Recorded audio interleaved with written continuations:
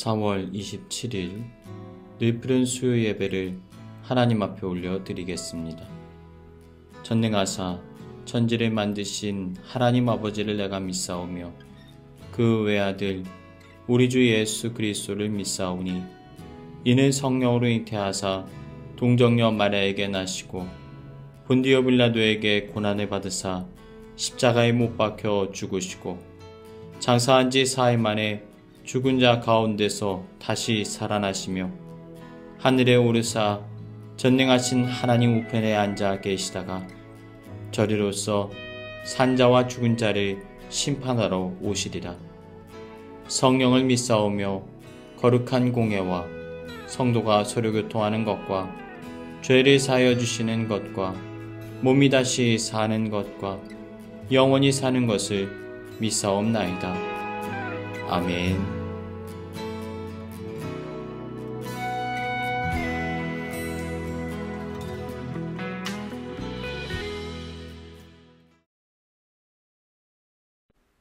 오늘 우리에게 주신 하나님 말씀은 사도행전 1장 8절부터 9절까지의 말씀입니다. 사도행전 1장 8절부터 9절까지의 말씀. 오직 성령이 너희에게 임하시면 너희가 권능을 받고 예루살렘과 온 유대와 사마리아와 땅끝까지 이르러 내 증인이 되리라 하시니라. 이 말씀을 마치시고 그들이 보는데 올려져 가시니 구름이 그를 가리어 보이지 않게 하더라. 아멘. 성령의 권능이라는 제목으로 하나님 말씀을 나누겠습니다. 부활하셔서 제자들에게 나타나셨던 예수님께서는 이제 부활의 영광을 힘입어 지상사역의 마지막 순간을 맞이하십니다. 제자들과 마지막 인사를 나누시고 그리고 하늘에 오르셨던 거예요. 예수님께서는 공생의 기간 동안 하나님 나라를 선포하셨습니다. 그리고 복음을 전하셨습니다. 제자를 삼는 사명을 이루어 가셨습니다. 교회를 세워 나가셨습니다. 이러한 사명을 제자들에게도 주셨던 것입니다. 그리고 이것을 계승하여 이 땅 가운데 주님의 사명을 계승하여 이루어 나갈 것에 관하여 권면하셨습니다. 그런데 제자들은 이러한 위대한 사명을 계승하여서 감당할 수 있는 능력이 없었습니다. 실제로 이들은 예수님의 죽음심의 사건 속에서 도망쳐버리고 말았습니다. 3년 반의 시간 동안 예수님께서 베푸셨던 기적의 현장을 직접 눈으로 목격하였습니다. 하나님의 아들이신 예수 그리스도께 직접 말씀을 배우고 훈련받아 왔습니다. 그러나 여전히 그들은 연약했습니다. 핍박과 환난과 여러 가지 문제들을 극복할 수 있는 힘과 능력을 갖추지 못했던 것입니다. 그래서 이들은 도망칠 수밖에 없었습니다. 환난과 핍박의 상황 속에서 그들은 두려워 숨을 수밖에 없었던 것이지요. 그래서 부활하신 예수님께서는 제자들에게 즉시로 찾아가셔서 이들을 하나하나 다시 사명의 자리로 불러주셨습니다.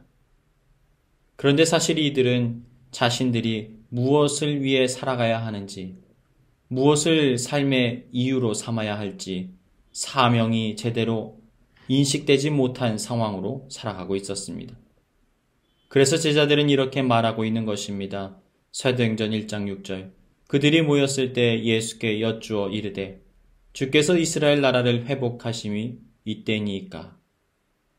아직도 예수님으로 인하여서 임하게 될 하나님 나라에 관한 이해가 전혀 있지 못했던 것입니다.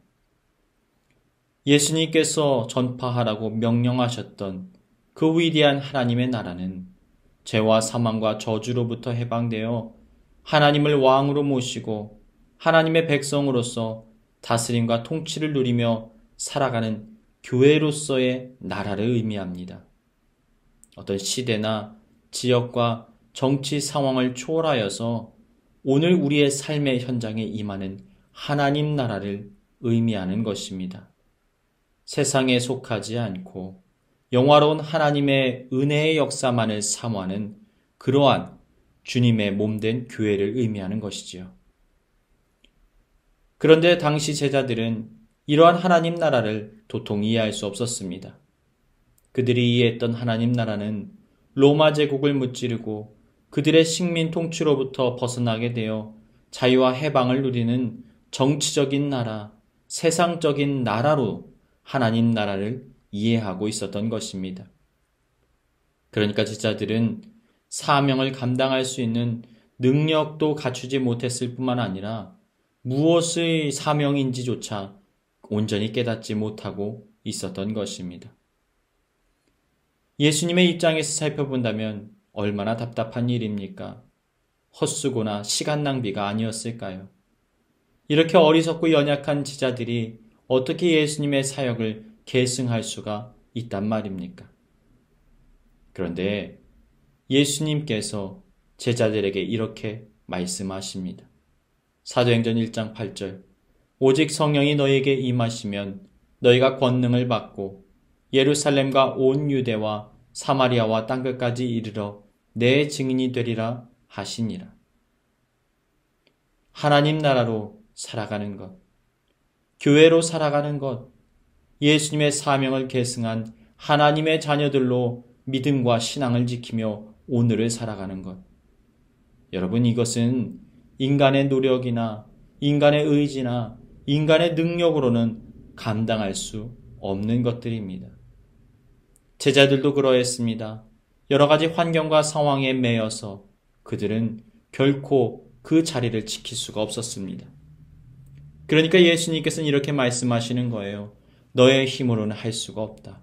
오직 성령이 임할 때에만 너희들이 이것을 감당할 수 있다. 그래서 제자들은 예수님의 약속을 받고 마가 다락방에서 기도하기 시작합니다. 성령님께서 그들과 함께 하실 것이라는 그 약속을 붙들고 그들은 골방에서 간절히 기도합니다. 그리고 약속대로 성령의 충만한 임재하심이 그들의 삶의 현장 가운데 임하게 됩니다. 오순절의 성령의 임재로 인하여서 이제는 제자들이 새롭게 변화되어집니다. 그리고 하나님의 나라를 품는 위대한 하나님의 자녀들이 세워지게 됩니다. 그리고 교회가 새롭게 탄생되었던 것입니다. 우리가 큐티하고 있는 사도행전 3장과 4장의 말씀을 한번 살펴보십시오. 사도 베드로와 사도 요한이 위대한 하나님의 사명을 감당합니다. 나면서부터 일어나지 못했던 안진뱅이를 나사렛 예수 그리스도의 이름으로 명하여 고쳐 일으킵니다. 그리고 많은 무리에게 하나님의 복음을 증거합니다. 대제사장과 모든 권세 있는 자들이 베드로와 요한을 잡아 죽이려고 합니다. 그러한 위협적인 상황 속에서도 그들은 흔들거리지 않고 담대히 하나님의 복음을 증언합니다. 얼마나 성령의 역사하심이 강력한지 베드로를 잡아 죽이려던 자들이 뒤로 멈칫멈칫합니다. 결국 그들을 그냥 풀어줄 수밖에 없는 일이 일어나게 되었던 것입니다. 사랑하는 여러분, 본래 베드로가 어떤 인물입니까? 예수님의 수제자를 자처했지만 그는 그럴 만한 자격이 없는 존재입니다. 예수님께서 잡히셔서 묵묵히 고난의 길, 십자가의 길을 향하여 나아갈 때 베드로는 어디에 있었습니까?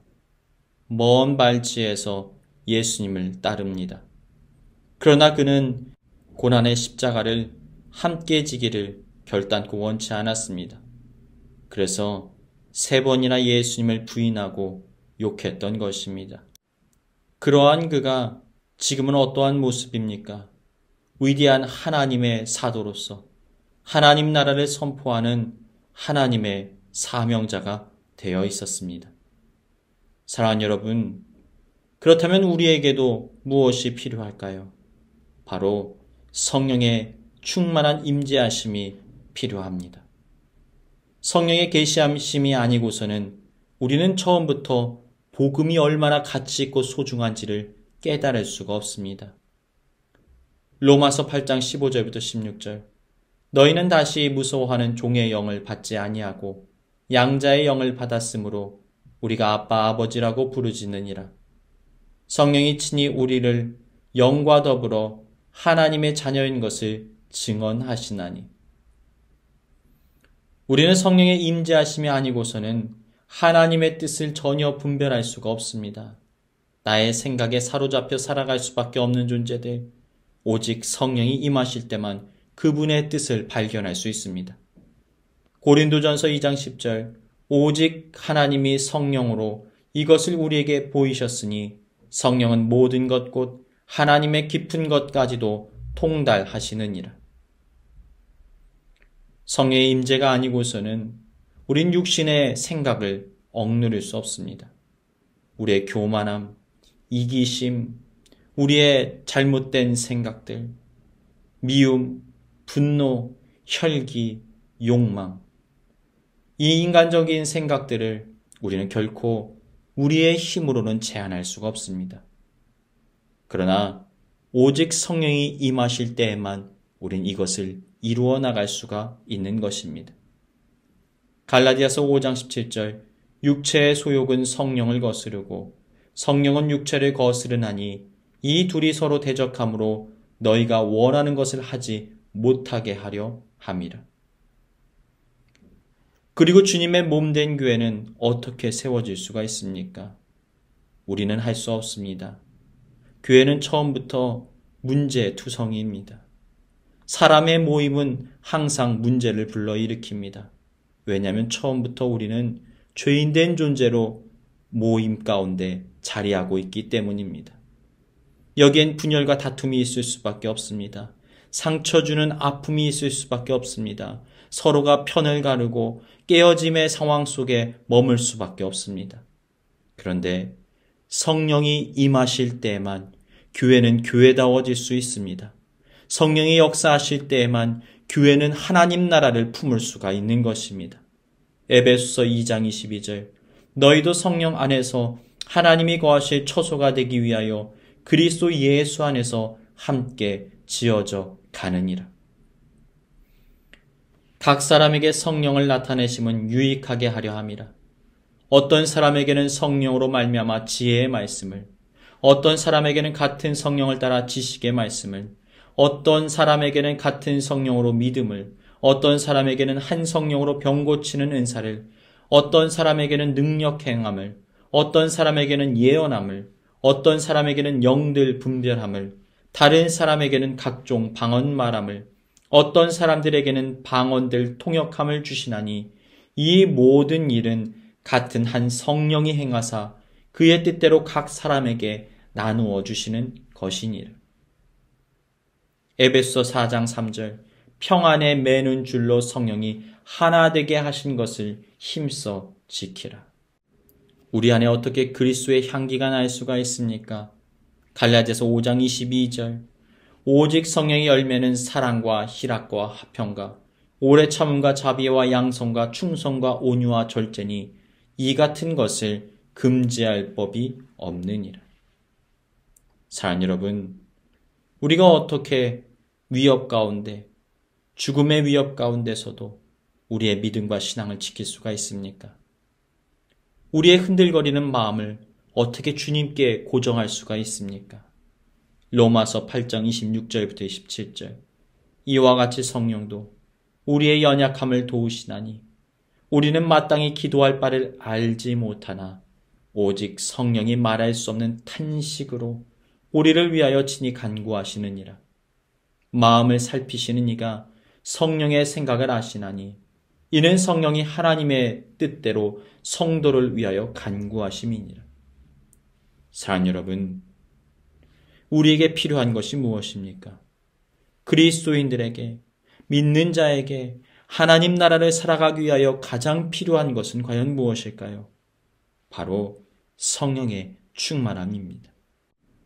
보잘것없는 제자들이 하나님의 위대한 사명자들로 변화된 것을 떠올려 보십시오. 성령이 임하시게 되자 그들의 삶이 변화되었습니다. 모든 영적인 세계가 두려움에 떱니다. 사탄의 세력들이 예수 그리스도의 제자들의 삶을 두려워하기 시작합니다. 사랑하는 여러분, 우리에게 진정으로 필요한 것은 무엇일까요? 우리의 삶의 필요를 단순히 채우는 것으로는 우리의 삶은 영원히 목마름 속에 허덕일 수밖에 없습니다. 이제는 성령의 충만함을 구하십시오. 성령의 권세와 능력을 간구하십시오. 성령이 임하셨을 때 제자들이 제자다울 수 있었던 사실을 기억하십시오. 그리함으로 주님께서 우리에게 맡겨주신 사명, 교회를 세우고 성도를 돌보고 하나님 나라의 백성으로 살아가는 복된 인생들이 되시길 주님의 이름으로 축복합니다.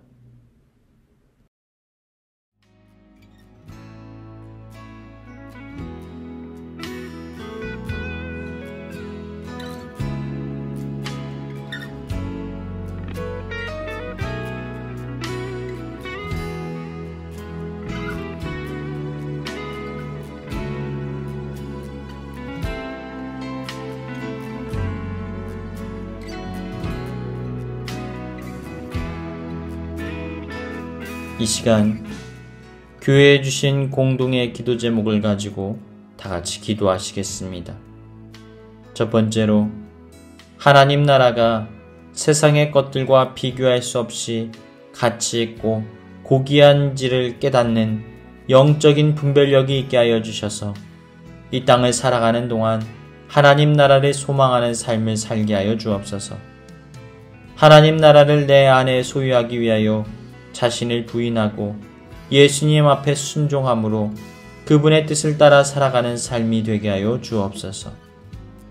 전쟁으로 고통당하는 우크라이나 가운데 주님의 위로와 평화가 임하게 하여 주시옵소서. 이 시간 다 같이 기도하시겠습니다.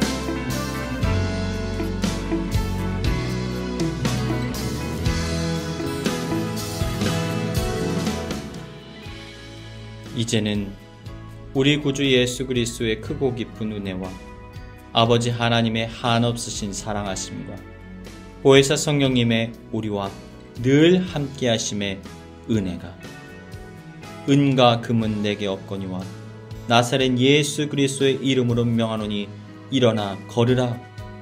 베드로의 그 능력과 권능을 덧입기를 소망하는 여기 모인 주님의 자녀들 가운데 이제로부터 영원까지 함께 하시기를 간절히 축원하옵나이다. 아멘.